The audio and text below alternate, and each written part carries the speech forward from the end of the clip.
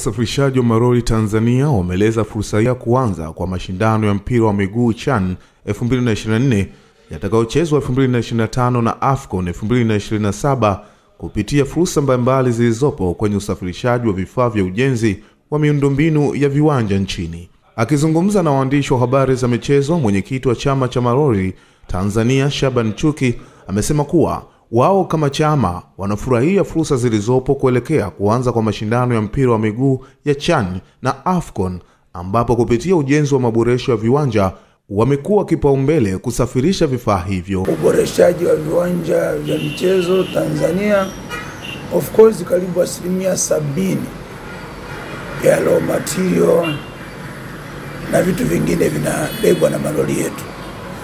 Sio mabasi, malori yetu. Kwa hiyo imekuwa fursa kwetu.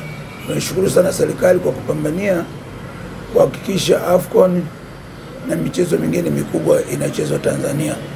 Sababu hiyo imetuletea fursa sisi wasafirishaji, imeletea fursa mpaka kwa mama ntilie. Sio wasafirishaji tu, mama ntilie, mainjinia, vibarua. Kwa hiyo tunaishukuru serikali kwa jambo hilo. Tunashukuru sana.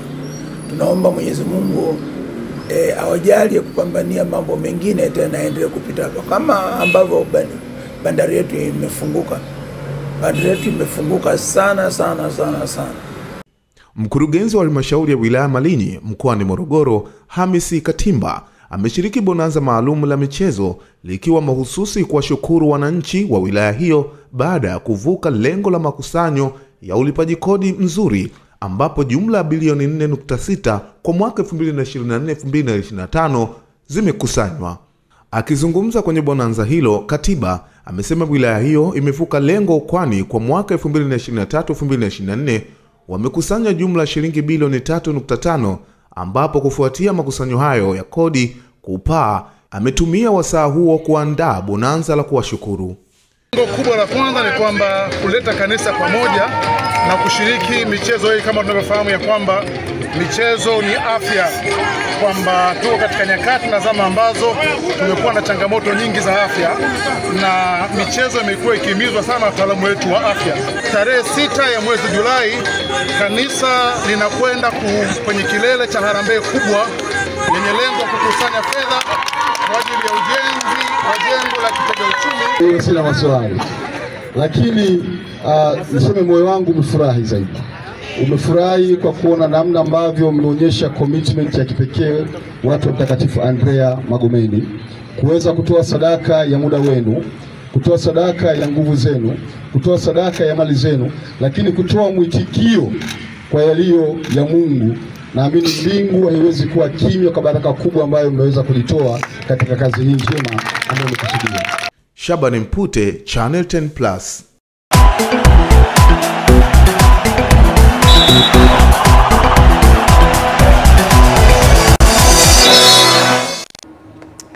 Na mtazamaji, mpaka kufikia hapo sina la ziada katika habari ya kutwa nzima. Leo ilikuwa nami Lulu Ali, na kwamba tuendelea kutufuatilia katika page zetu za Instagram, Facebook, bila kusahau na YouTube channel kama Channel 10+. Na kuacha na utabiri wa leo wa saa 24 zijazo, ni kuambie tu usiku mwema.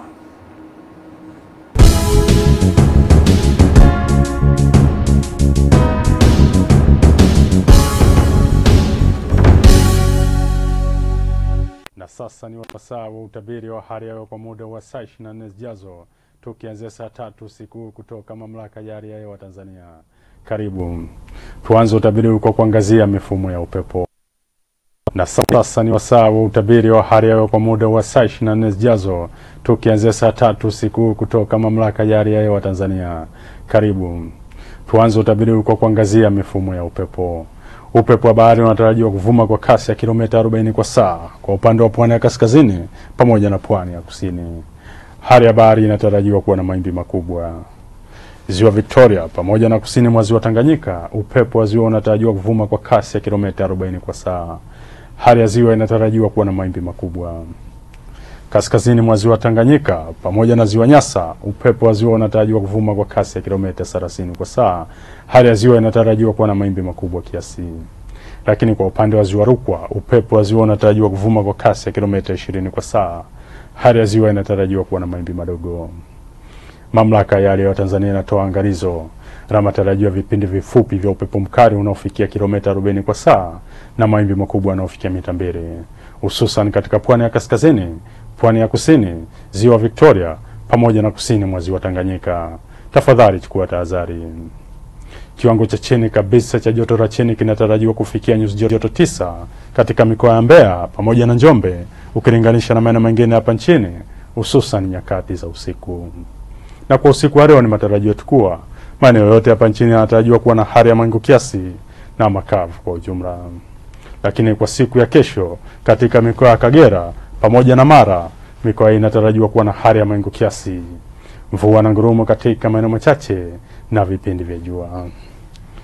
Tanga, Dar es Salaam, Pwani pamoja na visiwa vya Unguja na Pemba, maeneo yanatarajiwa kuwa na hali ya mawingu kiasi, mvua nyepesi katika maeneo machache na vipindi vya jua. Maeneo mengine ya Rosaria hapa nchini yanatarajiwa kuwa na hali ya mawingu kiasi na vipindi vya jua. Mpaka hapa kutoka Mamlaka ya Hali ya Hewa Tanzania hatuna la ziada. Asante na nikutakie usiku mwema.